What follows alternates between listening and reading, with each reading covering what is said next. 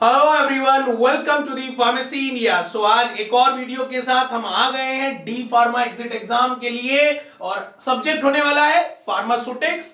Topic capsule doses form और model practice paper MCQs हम यहां पर सॉल्व करने वाले हैं। और ये क्वेश्चंस कुछ इस तरह से डिजाइन किए गए कि यहां पर आप क्वेश्चन के साथ एक्सप्लेनेशन भी जान लें और उसको सॉल्व करना भी सीख लें कि किस तरह से क्वेश्चन आखिरकार पूछा जा सकता है और बन सकता है। ठीक है, पर उससे पहले अगर आपने अभी तक pharmacy India mobile app download नहीं किया है, डाउनलोड कर लें फार्मेसी इंडिया मोबाइल ऐप और करें हमारे साथ एग्जिट एग्जाम की तैयारी।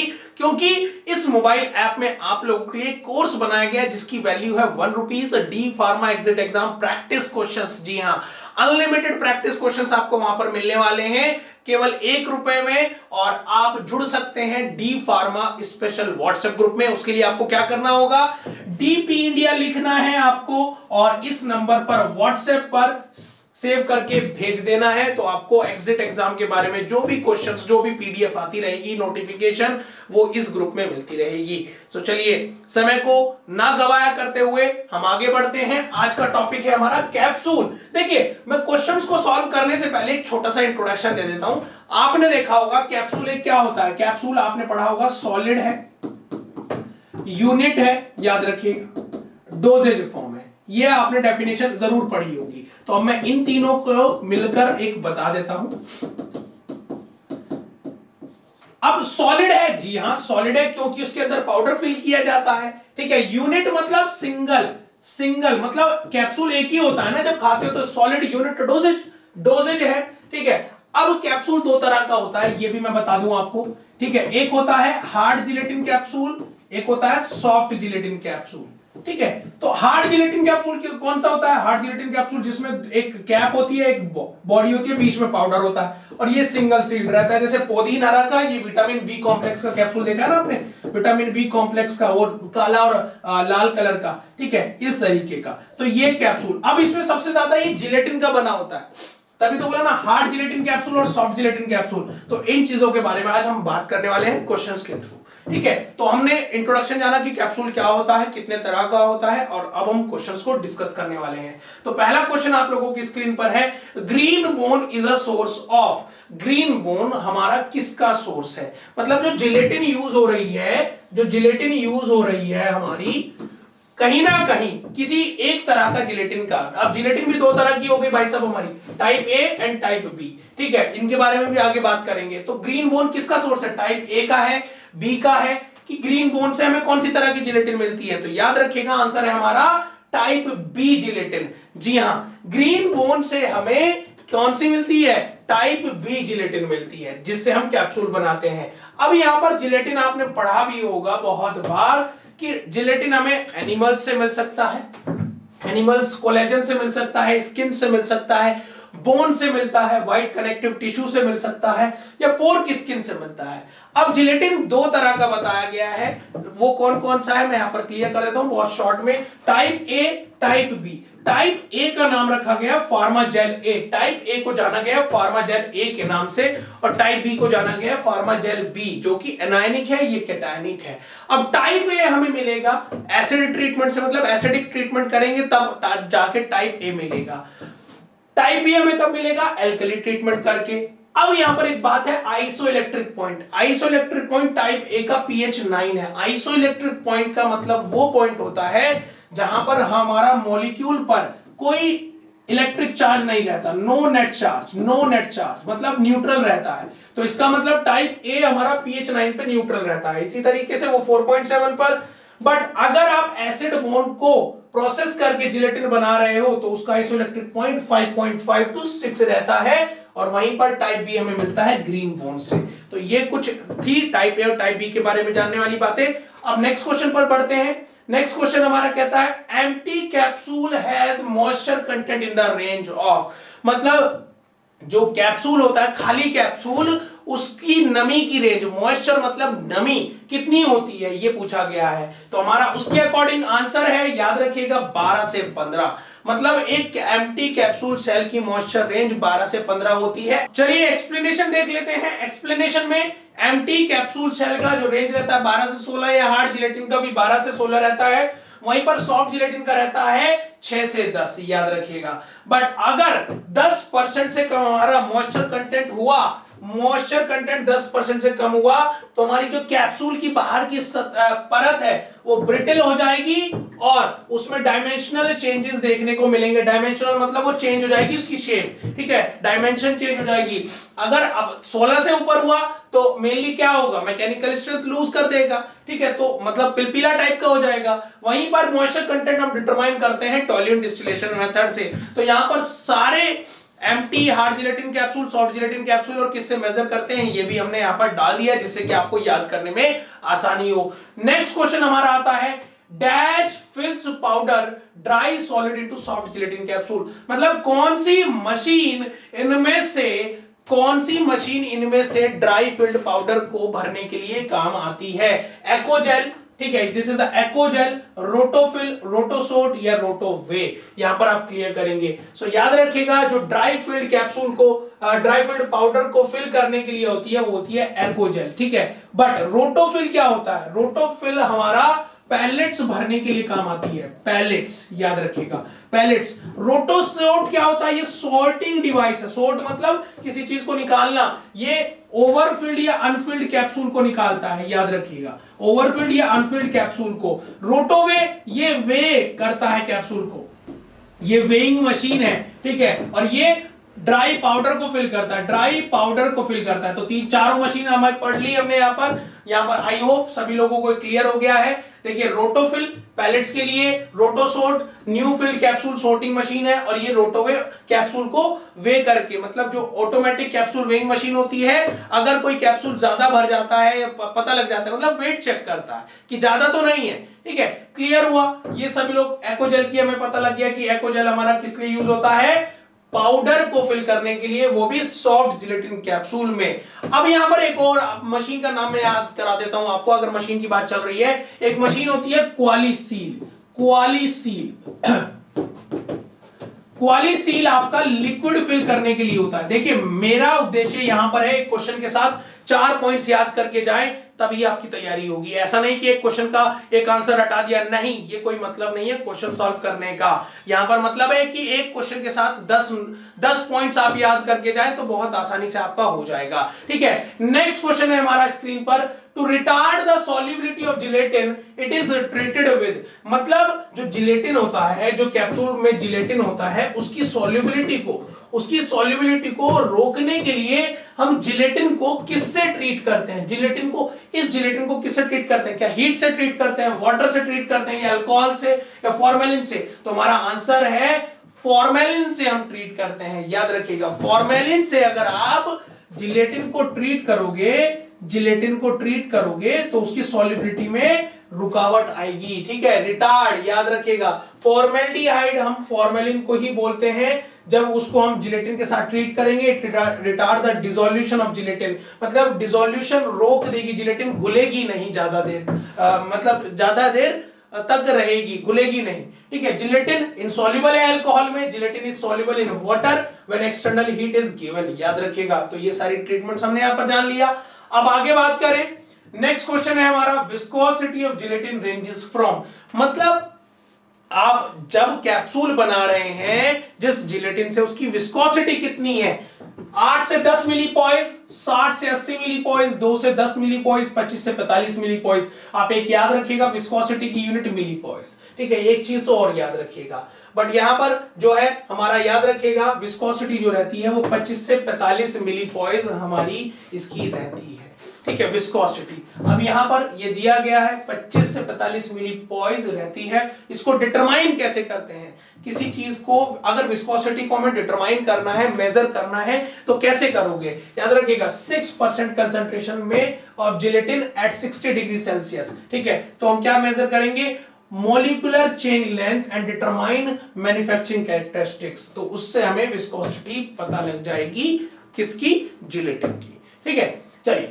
आगे बात करें। नेक्स्ट क्वेश्चन हमारा कहता है, ceiling of capsule is achieved by heating eight, मतलब जो कैप्सूल है उसको सील कैसे करोगे, उसका टेम्परेचर कैसे। सॉफ्ट जिलेटिन कैप्सूल, देखो ना पुदीन हरा का कैप्सूल भी देखा होगा, तो उसको सील कैसे करोगे। सील सिंपल सी बात है, टेम्परेचर जिससे कि आपके जिलेटिन पर भी प्रभाव ना पड़े, जिलेटिन का कलर ना चेंज हो, ठीक है। याद रखिएगा सीलिंग टेम्परेचर जो होता है वो 37 से 40 डिग्री की रेंज में लिया जाता है, सीलिंग टेम्परेचर मतलब सील करने के लिए कैप्सूल को। तो आंसर है हमारा 37 से 40 डिग्री के रेंज में हम कैप्सूल को सील करते हैं, ठीक है। आगे मैं बात करता हूं, एक्सप्लेनेशन यहां पर दिया गया है। अब बहुत अच्छी बातें दी गई हैं यहां पर, सारे कैप्सूल के, सारे सॉफ्ट जिलेटिन कैप्सूल के जो इंपॉर्टेंट रेंजेस हैं, इंपॉर्टेंट पॉइंट्स हैं वो बता दिए गए। जैसे सीलिंग टेम्परेचर 37 से 40 डिग्री, ठीक है। मैन्युफैक्चरिंग टेम्परेचर रेंज हमारी 20 से 22 डिग्री रहेगी। Humidity control to maximum 40% operating area में जहां पर ऑपरेट कर रहे होंगे, और 20 से 30 ड्राइंग एरिया में जहां पर ड्राई कर रहे होंगे। और मेनली क्या मेजर और कंट्रोल कर सकते हैं आप जिलेटिन को? प्रिम्प्टोमेटिक स्केल से। जिलेटिन प्रिपरेशन किससे करी जाती है? पोनी मिक्सर से। फिलिंग पॉजिटिव डिस्प्लेसमेंट पंप से। Drawing infrared drawing. तो यहां पर सारे पॉइंट्स जो कि सॉफ्ट जिलेटिन कैप्सूल के लिए इंपॉर्टेंट है वो आपने यहां पर रट लिए सिंपल सी भाषा में। अगर आपको ये याद है तो आराम से आप कोई भी क्वेश्चन कर सकते हैं। आगे मैं बात करूं, देखिए बुक्स का निचोड़ है, ठीक है। बुक्स का निचोड़ है जो कि आपको बहुत आसानी से मदद देगा आपके एग्जाम के टाइम पर। अगर आपने क्वेश्चन सॉल्व कर लिया, और मेरी शर्त है, मेरी एश्योरिटी है, आप क्वेश्चन सॉल्व करके देखिए, नहीं हुए तो आपको समझ में आ जाएगा कि हाँ मैं कहां पर लैग कर रहा हूं। और फिर इसके वीडियो के बाद सॉल्व कीजिए, वीडियो से पहले कीजिए, वीडियो के बाद कीजिए, ठीक है। चलिए नेक्स्ट क्वेश्चन है हमारा, shells of soft gelatin capsule are made elastic by adding. आपने देखा होगा जो सॉफ्ट जिलेटिन कैप्सूल होता है, जैसे पोदीन हरा का कैप्सूल है, आपने उसको भींच के देखा होगा, तो उसके अंदर इलास्टिसिटी मतलब वो इतना कैसे भींचे जा रहा है, उसके अंदर क्या है, आखिरकार आपने क्या ऐड किया है? जी हाँ, उसको ऐड करके उसके अंदर क्या ऐड किया गया? उसके अंदर ऐड किया गया सॉर्बिटोल। सॉर्बिटोल हमारा प्लास्टिसाइजर का काम करता है। प्लास्टिसाइजर याद रखिएगा, प्लास्टिसाइजर का काम करता है जो कि इलास्टिसिटी देता है, इलास्टिसिटी लचक देता है, इलास्टिसिटी देता है आपकी जिलेटिन की शेल को, ठीक है। तो आंसर हमारा सॉर्बिटोल। आपका क्वेश्चन, आपका आंसर ये भी हो सकता था कि सर पीजी क्यों नहीं है, तो यहां पर मैं क्लियर करूंगा पीजी की बहुत सारी डिसएडवांटेज हैं, बट हम सॉर्बिटोल इस कंपैरिजन में यूज करते हैं, ठीक है। चलिए यहां पर प्लास्टिसाइजर्स हमारे कलरलेस रहते हैं, ऑर्डरलेस रहते हैं, ठीक है, याद रखिएगा। इलास्टिसिटी मटेरियल की बढ़ाने के लिए यूज की जाती है, ठीक है। मेनली जिलेटिन कैप्सूल में क्या क्या यूज किया जाता है? Sorbitol, glycerine, PG. But PG की डिसएडवांटेजेस है, इसलिए वो आंसर नहीं बना है, डिसएडवांटेजेस है। अगर आप इसको ज्यादा कंसंट्रेशन में यूज करोगे तो दिक्कत देगा, तो इस वजह से सॉर्बिटोल हमारा यूज किया जाता है। आगे बात करें, ठीक है, HLB value of gelatin is, यहां पर एक क्वेश्चन है हाइड्रोफिलिक लिपोफिलिक बैलेंस से, ठीक है। याद रखिएगा, ये मैं यहां पर वर्ड बता देता हूं कि जिलेटिन की HLB वैल्यू क्या होती है, पर एक चीज यहां पर जानिएगा, HLB होता क्या है। देखिए HLB आपने यहां पर सुना होगा सर्फेक्टेंट, सर्फेक्टेंट आपने कपड़े भी धोने होंगे तो सर्फेक्टेंट का वर्ड जरूर सुना होगा। तो जो सर्फेक्टेंट का मॉलिक्यूल होता है वो ऐसा होता है, ये हाइड्रोफिलिक होता है, मतलब पानी से प्यार करने वाला, पानी से प्यार करने वाला ये होता है लिपिड लविंग, लिपिड से प्यार करने वाला, लिपोफिलिक, लिपोफिलिक। तो ये सर्फेक्टेंट का नेचर बताने के लिए HLB आया। ये किसने दिया था? ये ग्रिफिन ने दिया था, ये ग्रिफिन ने दिया था, याद रखिएगा ग्रिफिन ने दिया था 1949 में, ठीक है। सर्फेक्टेंट का नेचर बताता है HLB, तो यहां पर जिलेटिन की HLB पूछी गई है, याद रखिएगा, ये नई बात बता दी मैंने यहां पर आपको। तो HLB वैल्यू क्या है हमारी उसकी जिलेटिन की? 9.8, ठीक है, याद रखिएगा। तो हाइड्रोफिलिक लिपोफिलिक बैलेंस कहा गया है HLB को, जो कि ग्रिफिन ने दी थी, क्या बताने के लिए? ये बताता है आपका नेचर ऑफ सर्फेक्टेंट, लिख लीजिएगा HLB स्केल आपका सर्फेक्टेंट का नेचर बताता है, predict the nature of surfactant, ठीक है, जिसकी वैल्यू क्या है? जिसकी वैल्यू क्या है? 9.8 आपकी वैल्यू है। चलिए आगे बात करते हैं, नेक्स्ट क्वेश्चन है हमारा, Bloom strength varies from, Bloom strength जो होती है, मतलब आप जो जिलेटिन यूज कर रहे हैं, जो जिलेटिन यूज कर रहे हैं वो कितनी स्ट्रॉन्ग है, वो आपस में कितनी स्ट्रॉन्ग है, कितनी स्ट्रॉन्ग है, उसके अंदर कितनी अच्छी चिपक है, तो वो हम ब्लूम स्ट्रेंथ से मेजर करते हैं, ठीक है। ब्लूम स्ट्रेंथ एक आइडियल वैल्यू है ब्लूम स्ट्रेंथ की, वो कौन सी है? वो है 150 से 250 ग्राम, उसको डिटरमाइन करने की एक टेक्निक होती है। मैं बता देता हूं, आंसर है 150 से 250 ग्राम। ये आइडियल वैल्यू है 150 से 250 ग्राम। अब यहां पर ये आया कैसे, ब्लूम स्ट्रेंथ को मेजर कैसे करते हैं, ये बहुत बड़ी बात है। ठीक है, लिख लीजिएगा मेजर कैसे करते हैं, उसी से आया। ये आपके पास एक उसमें जिलेटिन है, ये जिलेटिन है। ठीक है, ये जिलेटिन है, मैं लिख दे रहा हूं। इसका 10 डिग्री सेल्सियस टेम्परेचर है, ये 17 घंटे के लिए रखा गया है। ठीक है, और इसका कंसंट्रेशन जो है 6.66% कंसंट्रेशन है। ठीक है, और इसमें ये एक वेट है। ठीक है, ये एक वेट एक इस प्लंजर से, एक गुटके से जोड़ा गया है। ठीक है, एक गुटके से जोड़ा गया और इसमें हमें वेट डालना है, वेट डालना है। तो इसमें बोला गया कि मैं कितना वेट डालूं कि ये प्लंजर 5 इंच नीचे और 4 mm डायमीटर में चला जाए, 5 इंच अंदर और 4 mm डायमीटर में। तो कितना वेट डालूं, तो इतना वेट डालो कि ये चला भी जाएगा। तो ये आइडियल वेट है। ठीक है, ब्लूम स्ट्रेंथ को ऐसे मेजर करते हैं। कंडीशन याद रखिएगा, 10 डिग्री सेल्सियस, 17 घंटे, 6.66% कंसंट्रेशन जिलेटिन की। ठीक है, याद रखिएगा। तो अभी तक हमने बात की है कि ब्लूम स्ट्रेंथ को कैसे मेजर करना है, ये इसका एक्सप्लेनेशन है, ये इसका आंसर दिया गया है यहां पर। अब एक्सप्लेनेशन में दिया गया है कि आप ब्लूम स्ट्रेंथ क्या होती है। ब्लूम स्ट्रेंथ में हम मेजर करते हैं कोहेसिव स्ट्रेंथ। कोहेसिव स्ट्रेंथ मतलब जिलेटिन के आपस के मॉलिक्यूल्स में कितनी पावर है, ठीक है, उनके बीच में क्रॉस लिंकिंग कैसी है, ये बताता है हमें ब्लूम स्ट्रेंथ। ठीक है, ब्लूम स्ट्रेंथ। नाउ अब ब्लूम स्ट्रेंथ हमारा डायरेक्टली प्रोपोर्शनल है मॉलिक्यूलर वेट के, मतलब अगर मॉलिक्यूलर वेट ज्यादा है तो ब्लूम स्ट्रेंथ भी हमारी ज्यादा होगी। उसके बाद ये मेजर कैसे करते हैं, ये हमें क्लियर हो गया कि determined by weight in grams. ये अभी मैंने प्रोसीजर बताया था प्लास्टिक प्लंजर वाला, कि एक प्लास्टिक प्लंजर को मूव कराने में कितना लगेगा, 0.5 इंच इन डायमीटर और 4 mm उसके अंदर जाने के लिए 0.66% कंसंट्रेशन दे दी जिलेटिन की, और 17 घंटे के लिए 10 डिग्री सेल्सियस पर। आइडियल रेंज दे दी यहां पर 150 से 250 ग्राम। ठीक है, और हायर द ब्लूम स्ट्रेंथ उतनी ही ज्यादा फिजिकल स्टेबिलिटी, जितनी ज्यादा फिजिकल स्टेबिलिटी रहेगी उतना ज्यादा ब्लूम स्ट्रेंथ भी रहेगा। क्लियर है, चलिए आगे बात करें। नेक्स्ट क्वेश्चन है हमारा, आइसोइलेक्ट्रिक पॉइंट या pH of type A and type B gelatin respectively are. यहां पर आइसोइलेक्ट्रिक पॉइंट, ये क्वेश्चन पूछा जाएगा, पक्की बात है। तो आंसर है हमारा यहां पर क्या है, 9 एंड 4.7। ये ऑलरेडी मैं बताया था, आपने देखा भी होगा, ये इस टेबल के माध्यम से मैं आपको बताया भी था। ठीक है, ये चीज क्लियर करिएगा। आगे मैं बात करता हूं। नेक्स्ट है हमारा यहां पर, identify the correct steps for preparation of empty gelatin shell. यहां पर अब ये इससे कंफ्यूज नहीं होना है। देखो यहां पर आपने देखा ना, hard gelatin capsule. Hard gelatin capsule क्या होता है, हार्ड जिलेटिन कैप्सूल में जो एक होती है बॉडी, एक होती है कैप। ठीक है, इस तरीके का होता है ना, ये कैप होती है, ये बॉडी होती है। अब ये दोनों अलग अलग बनाए जाते हैं, मतलब अलग अलग से खांचे जिनको बोला जाता है, शेल जिनको बोला जाता है। तो उसका प्रोसीजर क्या है, ये एग्जैक्ट स्टेप्स बताए गए हैं। तो यहां पर आंसर है, पहले हम क्या करेंगे, डिपिंग करेंगे, मतलब इस तरीके से खांचे बनाने के लिए ये मोल्ड यूज करते हैं और इस पर हम जिलेटिन चिपका देते हैं। ठीक है, ऐसे पिंस होते हैं। तो याद रखिएगा, पहले डिप करेंगे, फिर उसको स्पिन करेंगे और फिर उसको ड्राई करेंगे कि अच्छे से सूख गया, फिर स्ट्रिप करेंगे। स्ट्रिप करेंगे मतलब निकाल लेंगे और फिर उसको ट्रिम करेंगे, मतलब आगे से एकसार है कि नहीं।